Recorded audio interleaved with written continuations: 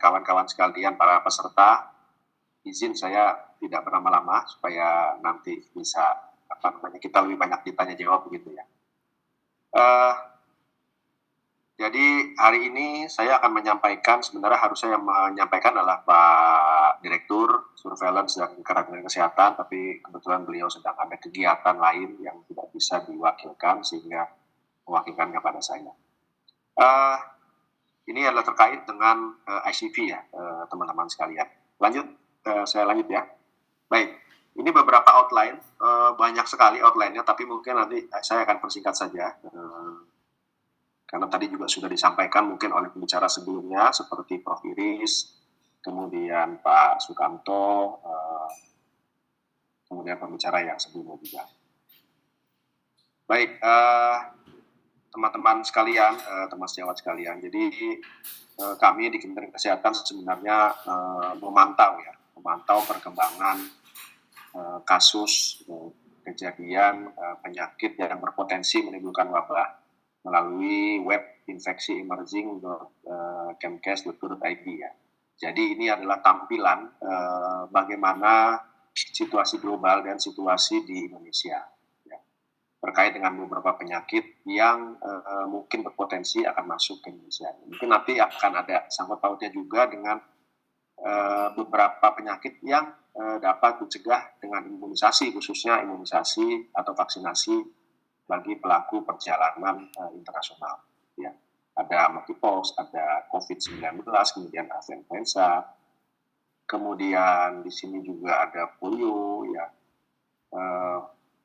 Dan kami juga sebenarnya memantau ya, ini terkait dengan meningitis, meningokokus juga gitu ya. Memang saat ini dalam catatan kami melalui sistem kewaspadaan dini dan respon yang sudah berjalan ya seluruh Indonesia, memang belum pernah dilaporkan adanya kasus meningitis meningokokus ya di Indonesia gitu ya, akibat atau yang dibawa oleh pelaku perjalanan. Tapi mungkin ini nanti pada saat ke depan yang saya kira yang perlu diperkuat lagi dengan bagaimana teman-teman nanti pada saat di pelayanan itu bisa memonitor ya. Salah satunya adalah pada saat melakukan anamnesa itu menanyakan riwayat perjalanan. Ini menjadi sangat penting karena globalisasi itu tidak bisa kita hindari dan pelaku perjalanan saat ini jumlahnya sudah cukup banyak begitu ya, karena ada beberapa pintu masuk negara yang terbuka secara luas. Nah, kalau kita lihat memang daerah-daerah endemis untuk meningitis itu adanya di Afrika. Ya, Afrika yang kita sering sebut sebagai meningitis belt. Ya, tentu pasti ada pertanyaan, kok kenapa sih ya seperti ini gitu ya. Karena sebagai salah satu contoh ada maskapai penerbangan yang memiliki direct flight ya langsung ke Indonesia. Ya. Kemudian lokasi Afrika berdekatan dengan Arab Saudi. Ya, nanti mungkin yang akan dibahas adalah lebih banyak pelaku perjalanan yang akan memanfaatkan ICP ini adalah pelaku perjalanan khususnya yang akan melaksanakan perjalanan ke Arab Saudi, khususnya dalam rangka umroh. Nah, teman-teman sekalian, ini beberapa hal yang mungkin menjadi perhatian ya, karena bisa saja ini berulang gitu ya, seperti polio itu sebenarnya penyakit yang sudah cukup lama, kemudian 2014 terjadi terjadi KLB begitu ya, kemudian sekarang di Indonesia muncul lagi gitu, padahal penyakit itu bisa dicegah dengan imunisasi begitu ya. Dan polio ini bukan hanya domestik, tetapi sebagai contoh 2 tahun perhajian ini Arab Saudi mewajibkan negara-negara yang sudah melaporkan adanya kasus polio itu, pelaku perjalanannya wajib untuk dilakukan vaksinasi polio. Sebagai contoh juga waktu ada perhelatan Asian Games, SEA Games kalau tidak salah di Filipina. Nah, itu juga salah satu upaya untuk mencegah penyebaran dan juga angka kesakitan yang tinggi itu setiap atlet juga diminta untuk melakukan vaksinasi polio gitu ya.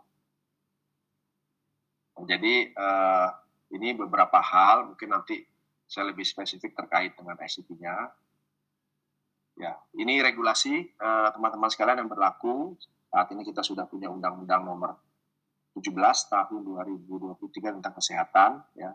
Kemudian beberapa hal nanti spesifik terkait dengan Permenkes 23 tahun 2018 terkait dengan pelayanan dan penerbitan sertifikat vaksinasi internasional. Ya.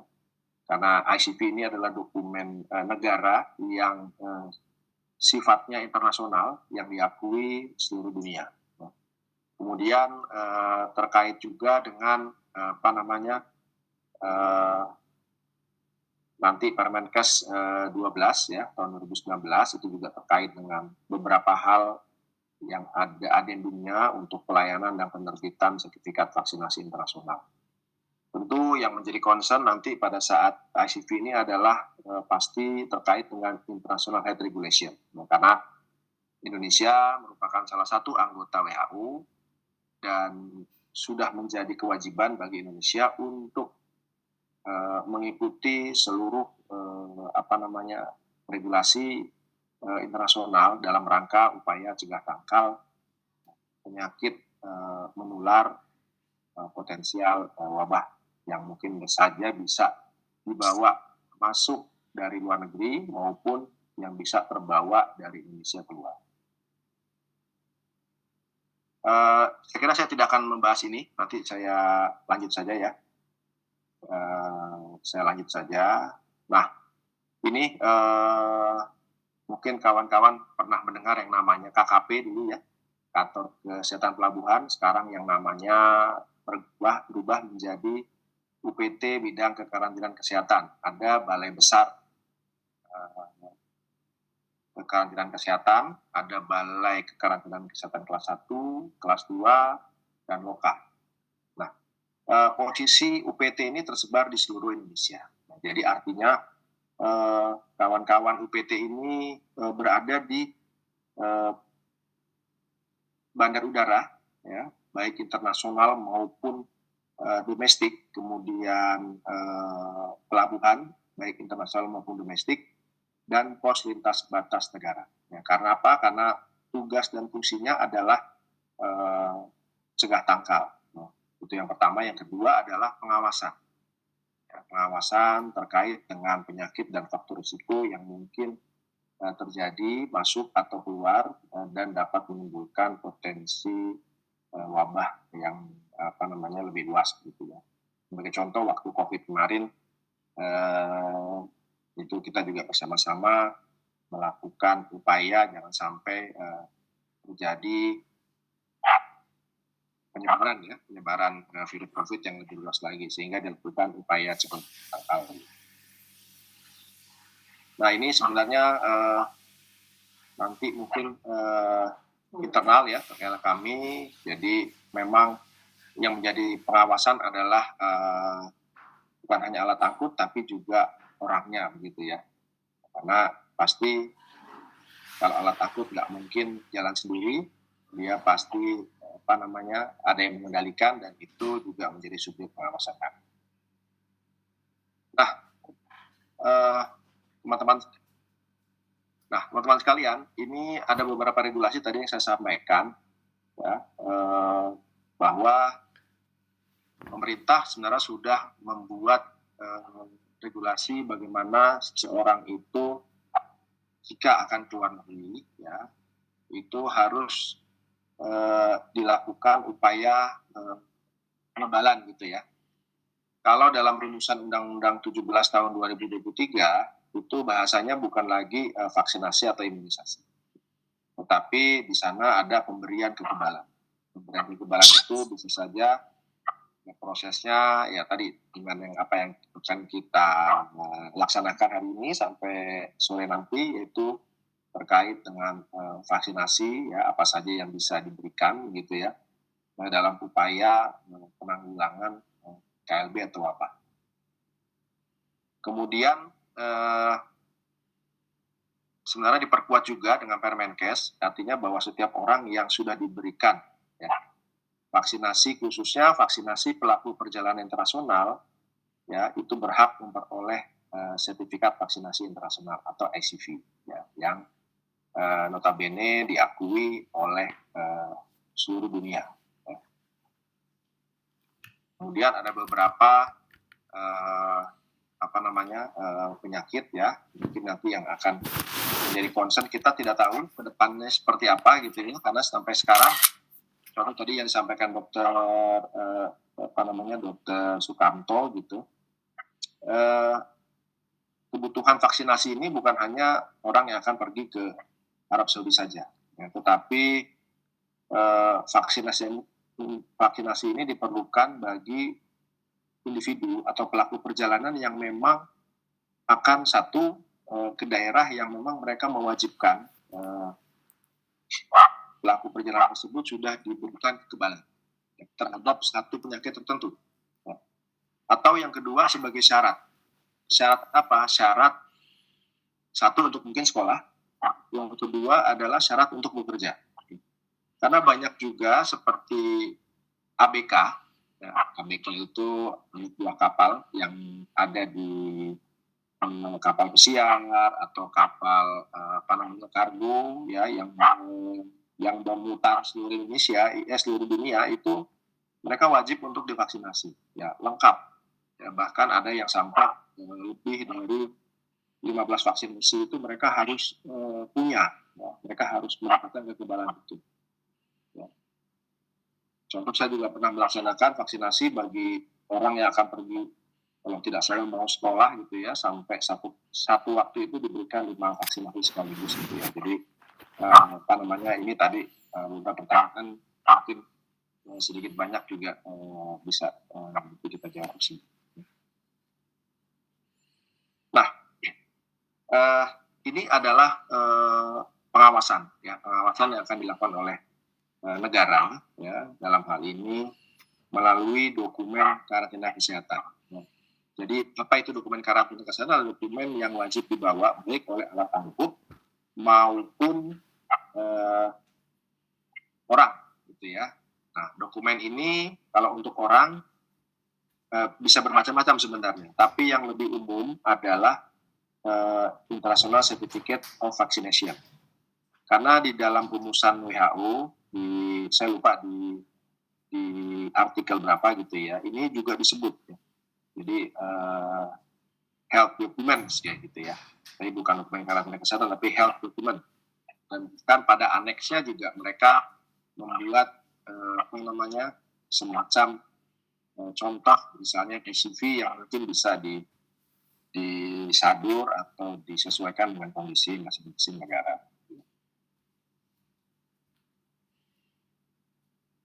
Nah, ini teman-teman sekalian, ya beberapa sebenarnya hanya contoh saja ya. Jadi bukan berarti bahwa empat vaksinasi ini kemudian menjadi kalau ke luar negeri hanya 4 vaksinasi ini ya. Sebenarnya seperti COVID sendiri sekarang hampir semua negara ya, sudah tidak mewajibkan lagi. Karena kondisi COVID kan sekarang sudah menjadi endemi begitu ya.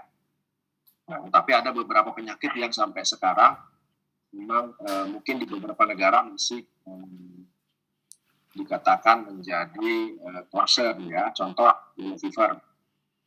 Yellow fever ini untuk ke beberapa negara itu masih wajib ya. Kemudian vaksinasi vaksin meningitis itu juga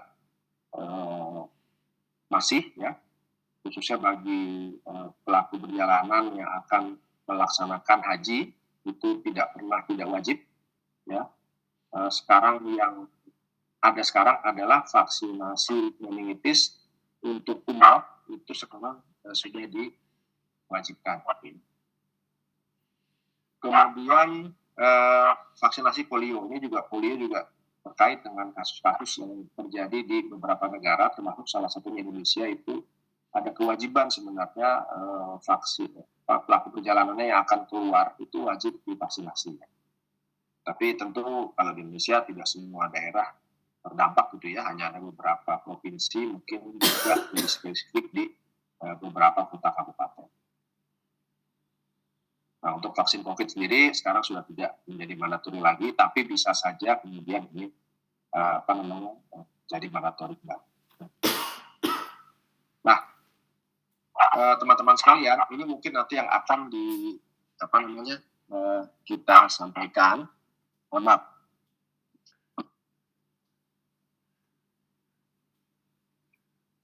Yang akan kita sampaikan, kita diskusikan, yaitu terkait dengan sertifikat vaksinasi internasional atau yang biasa kita sebut sebagai ICV. ICV ini adalah surat keterangan yang menyatakan bahwa seorang telah mendapatkan vaksinasi atau profilaksis yang diperlukan untuk perjalanan internasional tertentu. Ya, ini merupakan dokumen, tadi saya sampaikan, dokumen karantina kesehatan dalam rangka pengawasan, dan juga ini diakui oleh seluruh dunia, ya, karena seluruh dunia juga mengeluarkan dokumen ICV yang mungkin bentuknya hampir sama, ya, walaupun dalam format yang berbeda, gitu ya. Kemudian ICV ini dikeluarkan ya saat ini sesuai regulasi, itu dikeluarkan oleh UPT bidang kekarantinaan kesehatan, ya, dan Vaskes lain di luar UPT-nya milik Kemkes, ya, seperti klinik, kemudian rumah sakit, gitu ya. Dan ICV ini hanya berlaku untuk satu orang, jadi seperti paspor bentuknya, ya. Jadi satu ICV itu hanya untuk satu nama, ya, tidak boleh untuk beberapa nama, ya. Kemudian untuk di Indonesia, ICV ini dilengkapi dengan nomor seri yang sifatnya nasional. Kenapa kami memberi nomor seri? Karena satu, ini adalah dokumen negara, sehingga harus tercatat, ya, tercatat dalam sistem, kemudian ada pertanggungjawabannya, ya, dan ini juga bisa dilacak di mana Vaskes yang mengeluarkan, ya. Karena kembali lagi ini ada dokumen negara dan ini harus bisa dilacak, gitu. Jadi ada kodifikasi tertentu, kemudian juga ini sama seperti uang sebenarnya, dia ada kode ada tanda air dan lain-lain, gitu ya. Bahkan di ICV Indonesia itu dilengkapi dengan QR code, ya, atau barcode seperti ini, ya, supaya nanti pada saat pengawasan itu bisa dicek apakah ICV ini benar valid atau tidak, gitu ya. Dan juga bisa ketahuan pemiliknya siapa, gitu. Nah, ini adalah bentuknya, teman-teman sekalian, ya. Mungkin nanti ada perubahan, ya. Ada perubahan ICV yang sekarang itu ada sampul lagi depannya, lambangnya Garuda, begitu ya. Baru halaman keduanya adalah ini, dan isinya adalah seperti ini. Isinya itu akan berisi nama pemegangnya, ya, tanggal lahir, kemudian nationality-nya, itu saja ICV ini kemudian dikeluarkan untuk WNA, ya, WNA yang akan mungkin mau pergi ke luar negeri, ya, dari Indonesia, mereka mau mendapatkan pelayanan, bisa saja dikeluarkan oleh pemerintah Indonesia. Dalam hal ini mungkin Vaskes swasta juga bisa melakukan vaksinasi bagi para WNA yang akan mungkin melakukan perjalanan, gitu ya. Di sini nanti ada sama seperti tadi disampaikan oleh bicara sebelumnya, bahwa pada saat vaksinasi itu kan harus jelas kapan divaksinasinya, vaksin apa yang diberikan, kemudian nomor batch-nya juga dicantumkan, ya, termasuk nanti kapan dia akan habis masa kekebalannya, gitu ya, serta nama dokternya siapa, begitu, yang melakukan vaksinasi, dan mungkin ada semacam pengesahan untuk stempel dari institusi yang mengeluarkan.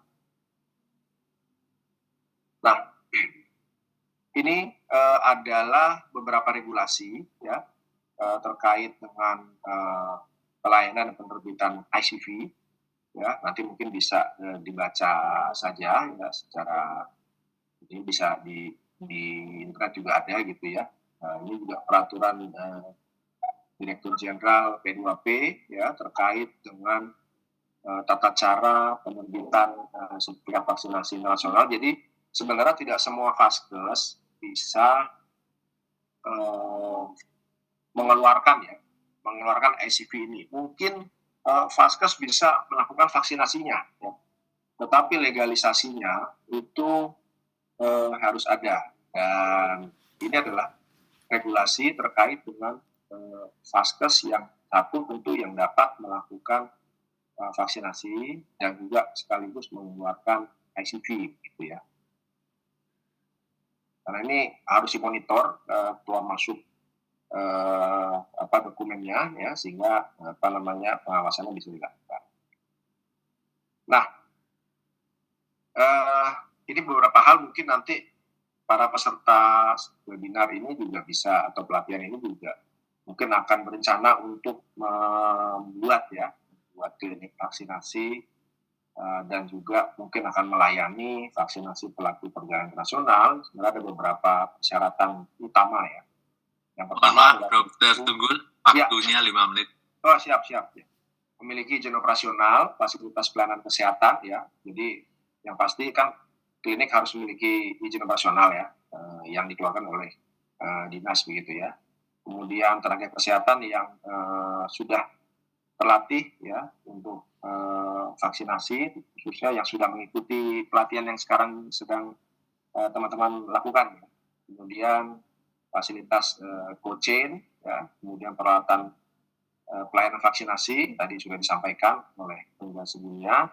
Dan yang terpenting adalah yang 2 poin terakhir, memiliki sarana prasarana pengolah data dan jaringan internet serta tenaga administrasi untuk melakukan pencatatan dan pelaporan. Karena apa? Karena dokumen ICP ini harus online ya, jadi langsung masuk ke dalam sistem dan tercatat ya dia siapa yang divaksinasi, kemudian keluar dokumennya, nomornya dan lain gitu ya. Jadi ini sebagai bentuk pengawasan keluaran dokumen. Mungkin saya tidak akan lihat yang pengadaan, yang pengawasan saja ya. Nah, pengawasan ini adalah kawan-kawan BKK, nanti kawan PT akan melakukan pengawasan terhadap ICP yang dikeluarkan oleh klinik atau rumah sakit ya, atau vaskes di luar BKK. Ya. Kemudian dalam hal sertifikat vaksinasi tidak sesuai dengan ketentuan, ini dapat dikenakan sanksi. Ya.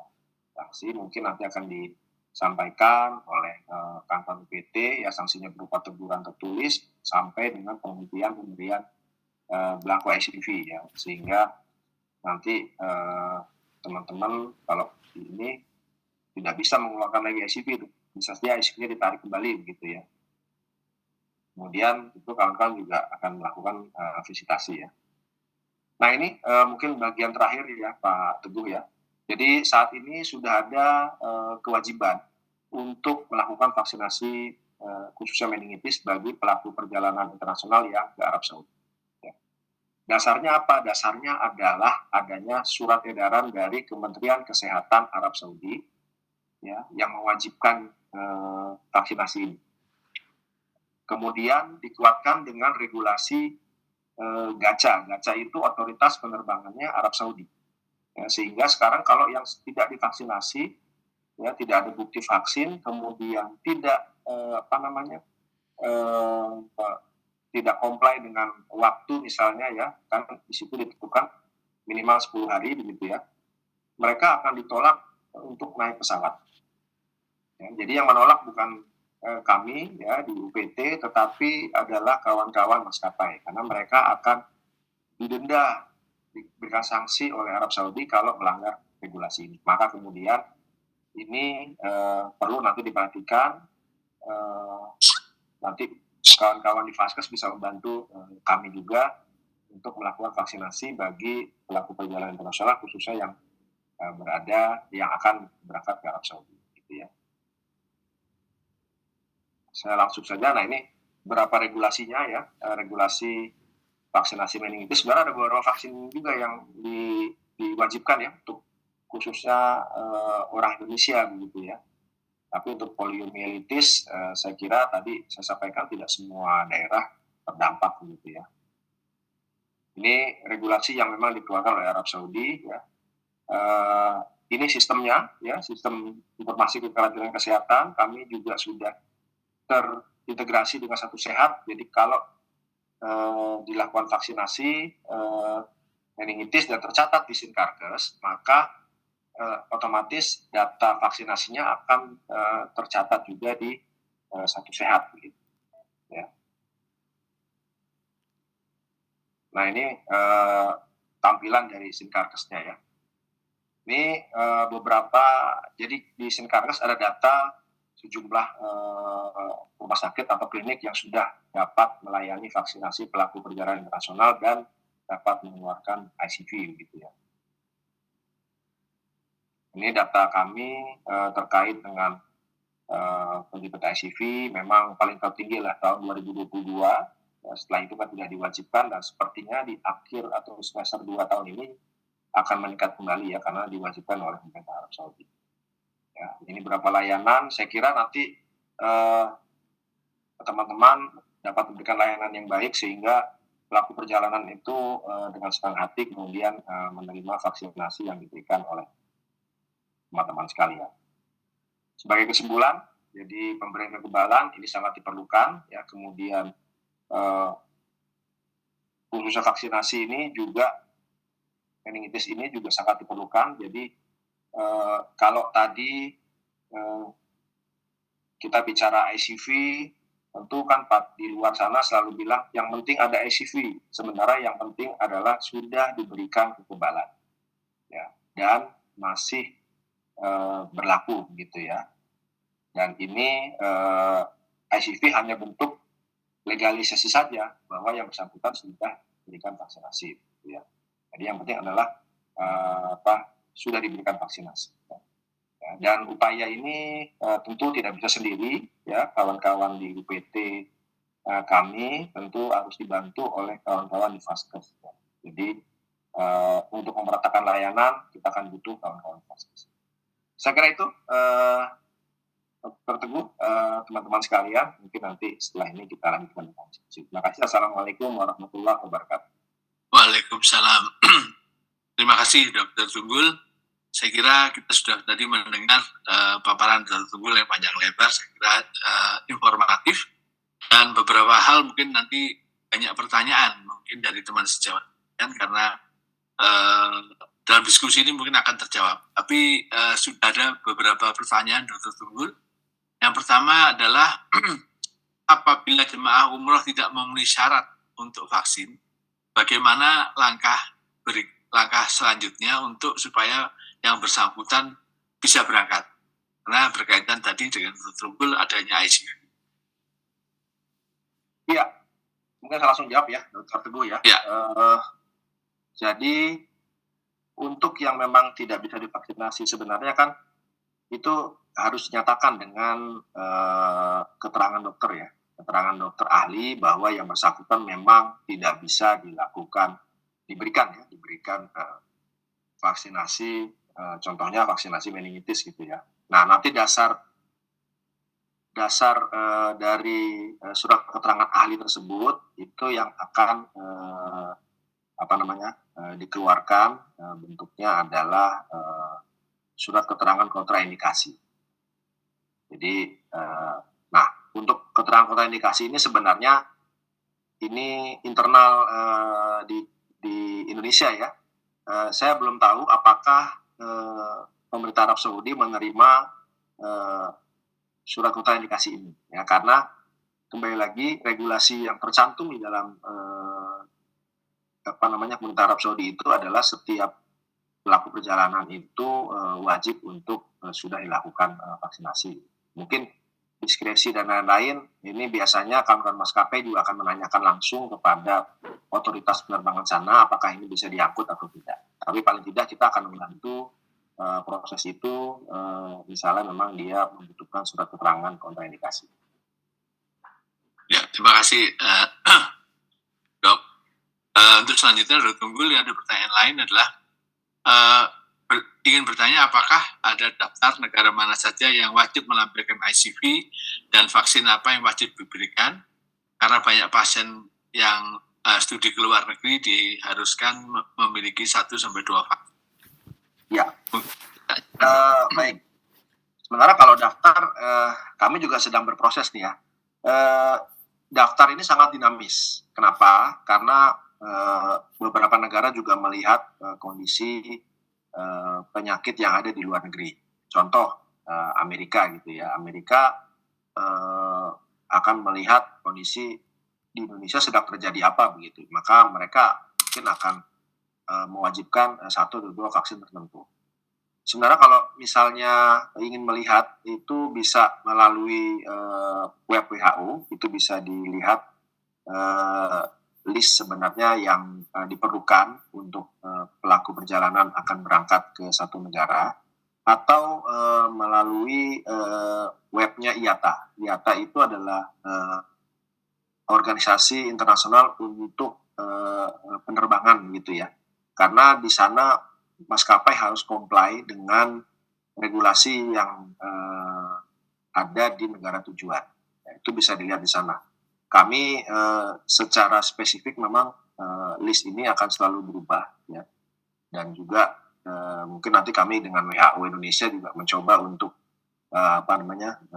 membuat semacam sistem supaya bisa melihat. Kemudian yang kedua sebenarnya Dr. Teguh dan mungkin penanya, pada saat aplikasi visa itu ada beberapa syarat sebenarnya.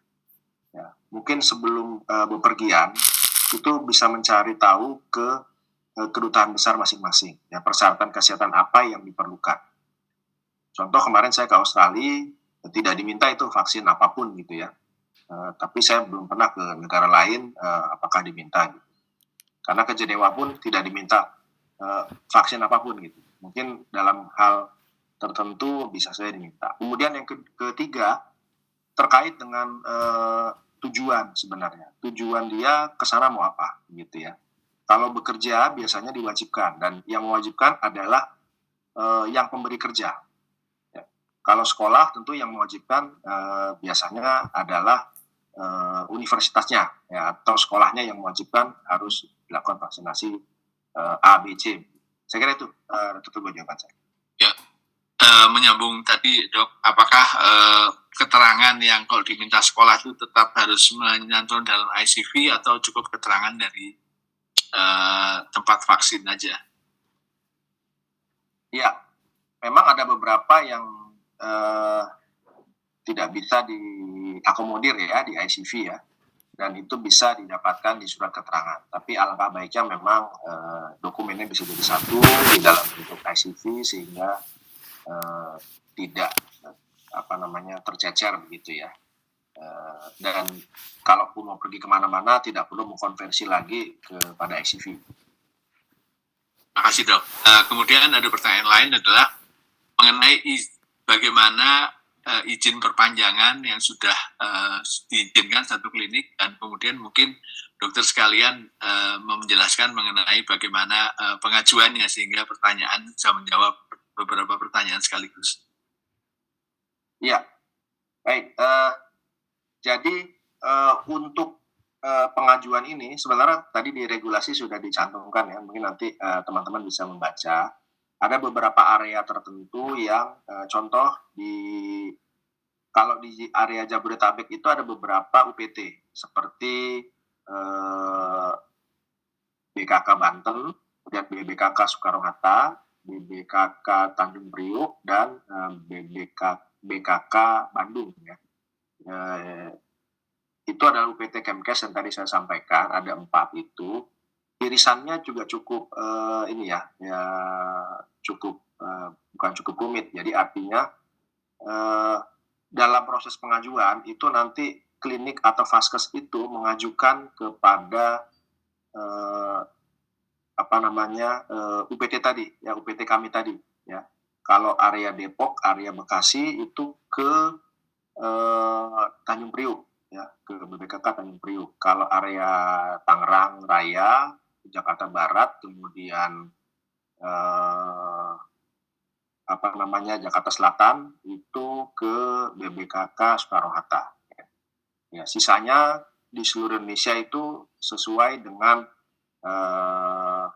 provinsi masing-masing gitu ya, di mana ada lokasi kawan-kawan UPT. Jadi salah satunya pertama adalah mengajukan izin, kemudian di sana nanti ada beberapa persyaratan yang harus dilampirkan. Di tata cara itu sebenarnya ada formulir-formulirnya. Ya, nanti setelah itu dilengkapi akan dilakukan visitasi, ya, visitasi kepada vaskes yang mengajukan. Nanti di sana baru akan dianalisa apakah yang bersangkutan bisa melakukan itu.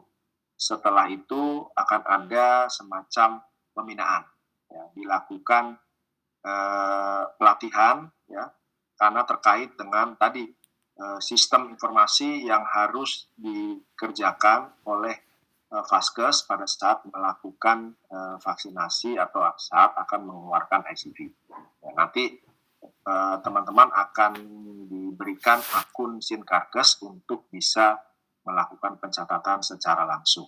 Nah, kalau sudah menjadi klinik vaskes, klinik atau vaskes vaksinasi itu, maka nanti teman-teman bisa mengajukan ICV, ya, mengajukan ICV untuk kemudian bisa melayani vaksinasi pelaku perjalanan internasional. Ya. Sedangkan untuk vaksinnya tentu harus disediakan oleh vaskes itu sendiri. Ya. Jadi kami tidak menyediakan vaksinnya harus diadakan oleh masing-masing vaskes. Itu Dr. Teguh. Untuk